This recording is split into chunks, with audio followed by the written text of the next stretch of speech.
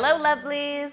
The holiday season is in full swing, and I have to say, at my house, the craving for baked goods is real. But being 6 months pregnant, I can honestly say that I am trying to keep things as simple as possible these days, which is why I'm so excited to share with you this recipe for these gorgeous puff pastry cinnamon rolls. So these are all the deliciousness of a cinnamon roll, but with seriously like a quarter of the effort. We're also going to be adding a bit of a twist on these, and I mean that quite literally. We're actually going to be twisting our dough to create a really unique shape that makes these totally holiday worthy. Now the first step here is ultra simple. We're just going to be mixing up some brown sugar with a little bit of cinnamon to create the filling for our cinnamon rolls. Now I have got about 1/3 cup of brown sugar here, and I'm just going to stir some cinnamon into this. And I also want to take this time just to break up any clumps in my brown sugar because I don't want any big clumps in my cinnamon rolls. As soon as that's mixed up, I'm going to set it aside and we can get to work on preparing our puff pastry. When it comes to easy but impressive ingredients, nothing beats frozen puff pastry because you get such incredible results, but it's super simple to work with. Puff pastry usually comes frozen at your supermarket, and most often it's already pre-rolled into squares like this. So this is a 10 by 10 inch square. If your puff pastry doesn't come pre-rolled, not to worry, just grab a rolling pin and roll it out yourself. Basically, I have just laid it out on a nice big pastry board. You could also do this on a cutting board if you want to, but if you've got a baker in your life and you're trying to figure out what to get them for the holidays, a pastry board is always a great investment. Once you've got your puff pastry down on your board, you want to go ahead and brush the entire surface with some melted butter. Because let's be serious, guys, what is not made better with a little bit of melted butter? This is going to help make everything nice and crispy and moist. Then we can go ahead and add our cinnamon sugar mixture. I should also mention, if you wanted to add some nuts to this recipe, like some chopped pecans or some walnuts, this is a good time to do it. Once I've got the entire surface covered, I'm going to go ahead and top this with a second sheet of puff pastry. The next step is going to be cutting this into 8 equal strips.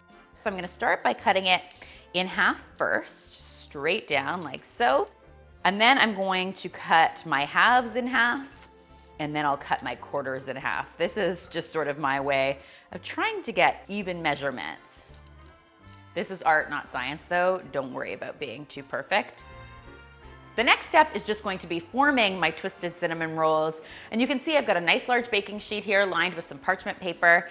And I've got one of my strips of puff pastry here. And I just want to start by giving it a really good twist. Now, trust me, even if it doesn't look pretty while you're working on it, it will turn out pretty after it's baked. That's the thing about puff pastry. It is one of the most forgiving ingredients out there. And come on, is it even holiday baking if you're not making a mess? Not in my kitchen at least. Next, you want to roll that in on itself, twisting and turning it until it creates almost a little rose shape. I like just tucking the end underneath when I'm done to make sure it all stays together while it's baking. I like to call this technique the twist, twirl, and tuck technique. You can call it whatever you want. Once you've got your roll complete, you can just transfer it to your parchment-lined baking sheet and then move on to your next one. This is also a really fun job for the kids to help with. If you've got young ones at home and you're trying to figure out a fun baking project, this is one they could totally get into.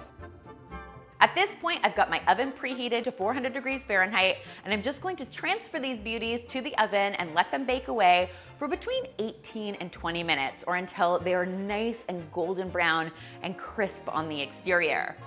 All right, friends, so while those are baking away, we are going to set to work on mixing up a really simple glaze for our cinnamon rolls, because of course, what would a cinnamon roll be without some glaze? I have got some powdered sugar in my bowl here, and I'm just going to be adding about a tablespoon or so of cream to this. You really want to add your cream just a little bit at a time and stir it in just so you reach the right consistency. Yep, ready for glazing.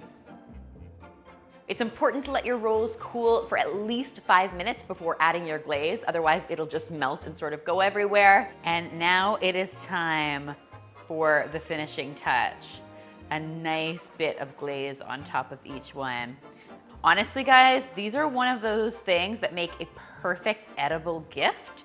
Trust me when I tell you, no one is going to complain about these. Not only do these taste absolutely incredible, but they also look super beautiful, and your kitchen will smell absolutely unbelievable when they're done baking.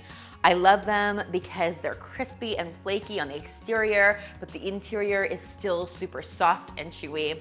There is so much to love. How can you resist freshly baked cinnamon rolls? Am I right? I hope you guys will give this tastiness a try for yourselves, and if you do, as always, be sure to tweet me, Instagram me, or Facebook me a photo, because you know how much I love seeing your kitchen creations. Remember, the full recipe is linked in the description box below. You can find it there. And finally, if you haven't already, be sure to subscribe, because there is lots more holiday deliciousness where this came from.